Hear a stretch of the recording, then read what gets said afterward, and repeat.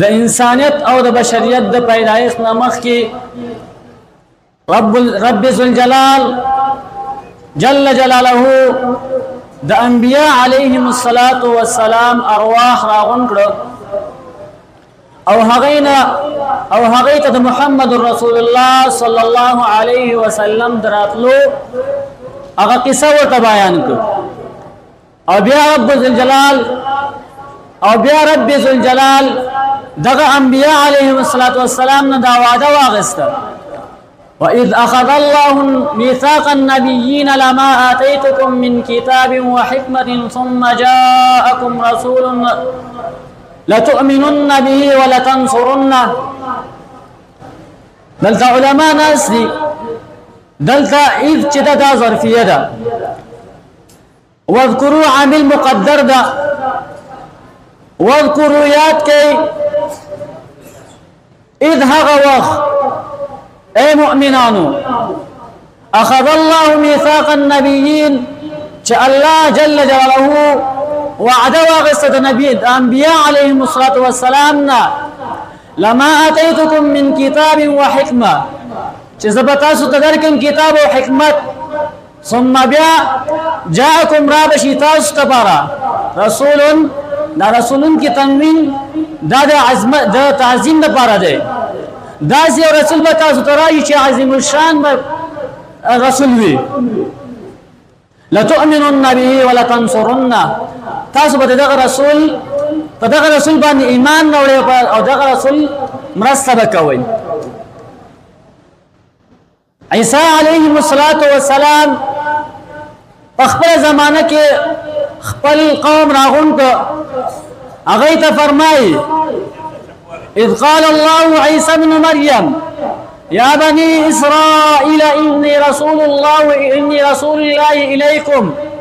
مبشرا برسول يأتي من بعد اسمه أحمد أي زما قوما زستاسو پیغمبرین اے بني إسرائيل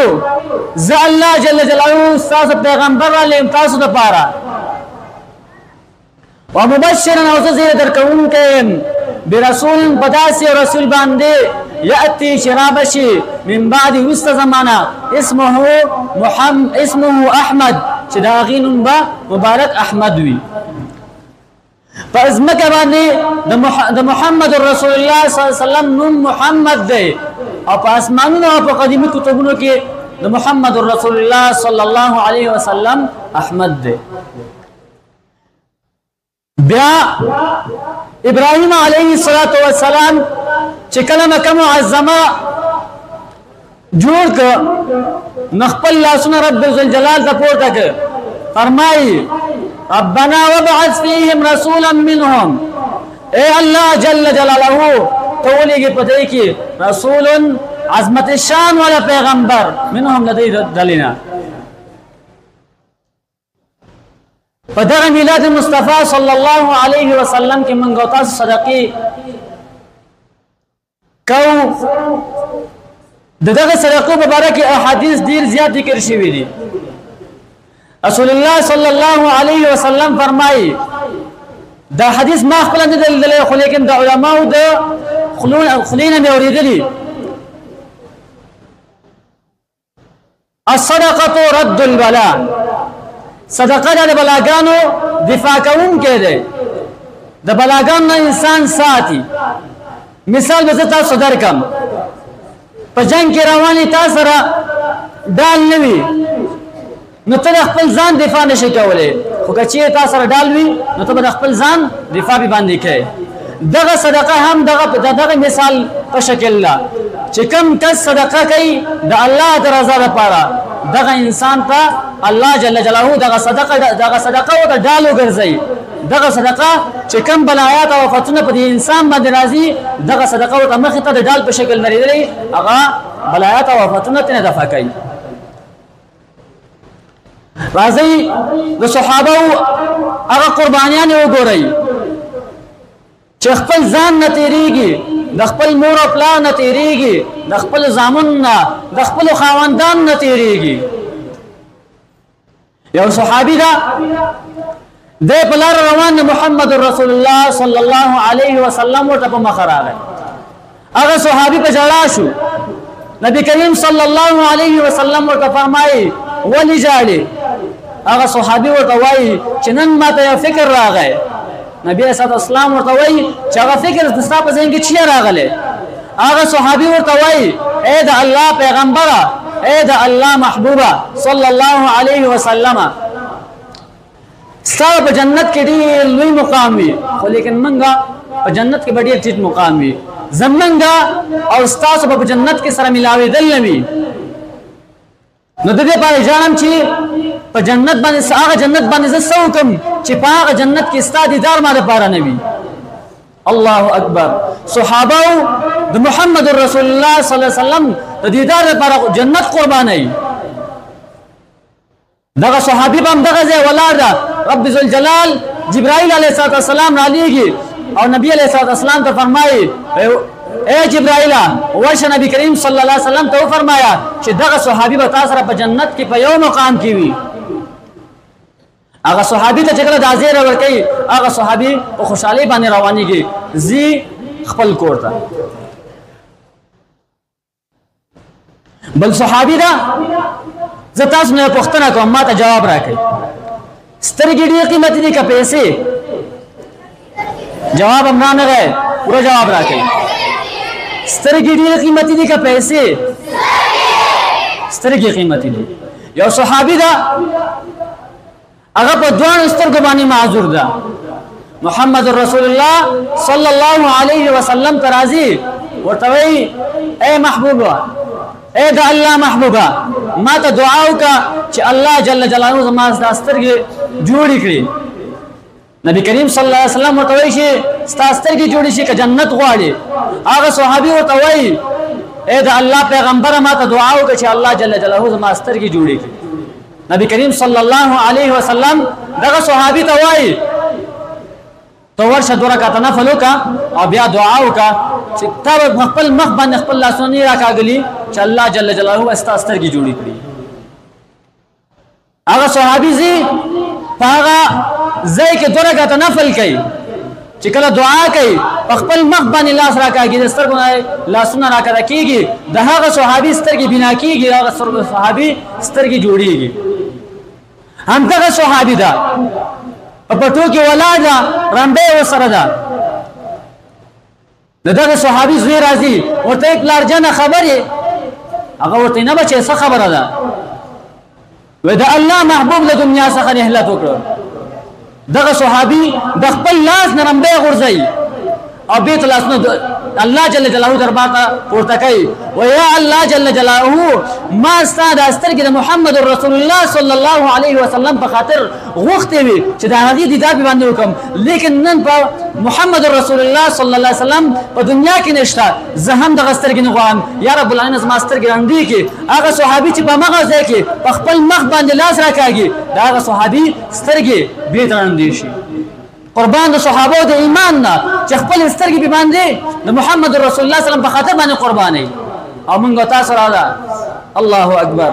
یو لزګون د محمد رسول الله صلی الله علیه وسلم په خاطر باندې شو ورکولې. دا زمونږ او تاسو ایمان ده، دا زمونږ او تاسو غیرت ده. یو صحابیه ده په میدان احد کې غږ شو چې محمد رسول الله صلی الله علیه وسلم په شهادت ورسېد. دغه صحابیه په میدان احد کې په میدان جنگ کې روان ده. یو صحابي مخ ته راځي ورته وایي اے صحابي د محمد رسول الله صلی الله علیه وسلم حالت څنګه دی؟ هغه صحابي ورته وایي د محمد رسول الله صلی الله علیه وسلم د حالت نه نیم خبر، خو لیکن ستا پلار ما سره په جنگ کې یو ځای و، ستا پلار شهید شو. دغه صحابیه وایي انا لله و انا الیه راجعون له میدانه مخکې روان، په میدان جنگ کې مخکې روان ده. دغه صحابیه قبل صحابي مخ ته راځي ورته وایي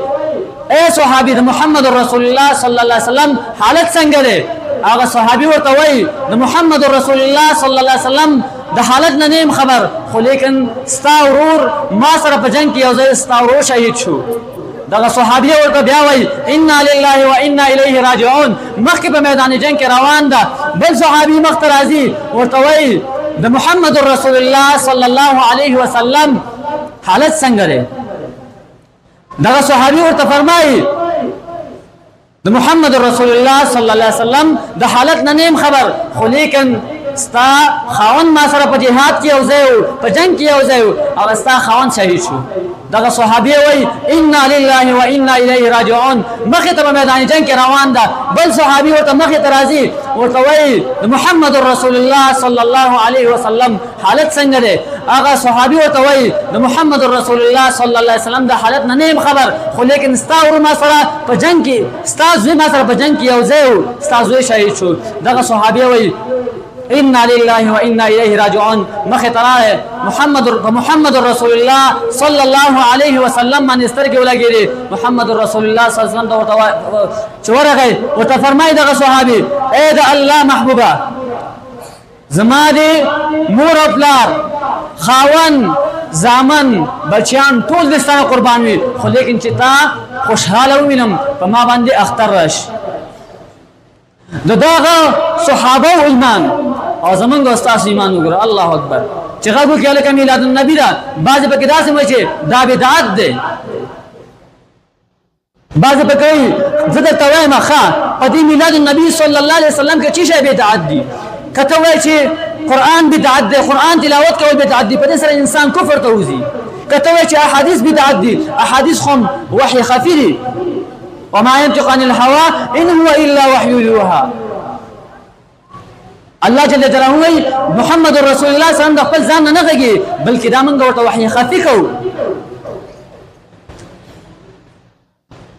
دا لګیای چې ولا میلاد النبي صلی الله علیه وسلم دا بدعت ده خبرې میلاد النبي صلی الله علیه وسلم کې کچې ته د نبی کریم صلی الله علیه وسلم صفات خواني بدعت ده دا هم صحیح نه ده ځکه د ترمذی شریف روایت ده حضرت حسان ابن ثابت رضی الله تعالی عنہ په منبر باندې ودرېد او صفات د محمد رسول الله صلی الله علیه وسلم شروع کو په دې وخت کې دوره خلافت د عمر رضی الله تعالی عنہ عمر رضی الله تعالی عنہ ته ودرېد هغه جلیل القدر صحابي او هغه مزاج ډیر تیز هغه عمر رضی الله تعالی عنہ ته ودرېد نو حضرت حسان رضی الله تعالی عنہ عمر رضی الله تعالی عنہ پوښتنه چې د به کې ریش ماته څه خبره کوي نو حضرت حسان رضی الله عنہ ته فرمایي اے عمر خبرې زه پوه شم چې ته د چیش لپاره پاسېدلې خو لیکن خبره دا ده چې محمد رسول الله صلی الله علیه وسلم چې کله ژوندی و ما ته په منبر باندې خپله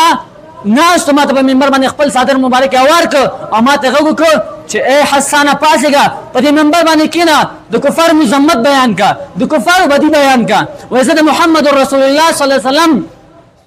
په مجلس کې او د محمد رسول الله صلی الله علیه وسلم په وړاندې د محمد رسول الله صلی الله علیه وسلم په صدر باندې ما اشعار ویلي دي او د کفار مذمت به بیان کړي عمر رضی الله عنه ورته وایي څه شاهد لري حضرت حسان رضی الله تعالی عنہ په مجلس کې ګوري څوک نشته چې وکړه خواته دغه نو حضرت ابو هريره رضی الله تعالی عنہ په مجلس کې ناستو عمر رضی الله عنه ته فرمایي او شاهد لرم وای څوک د شاهد دی وای حضرت ابو هريره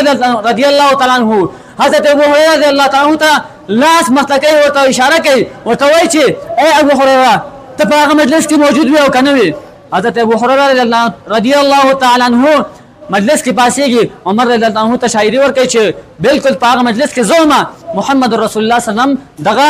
فعل کړو نو کچېرې د صفات د نبی اسلام کول دا بدعت وي دا خو د حدیث نه ثابت ده چې محمد رسول الله صلی الله علیه وسلم خپل ورته امر کوي چې پاسېږه ته کفار مذمت بیان کا دا خو لیکن زما خبرې نه دي نه د یو عالم خبرې دي بلکې د محمد رسول الله صلی الله علیه وسلم خبر دي نو کوشش کوئ د ضد او کینې نه ځان وساتئ ضد او کینې نه ځان لرې وساتئ اولا د الله جل جلاله نه بخښنه غواړم ثانیا تاسو ته الله وما علينا الا البلاغ المبين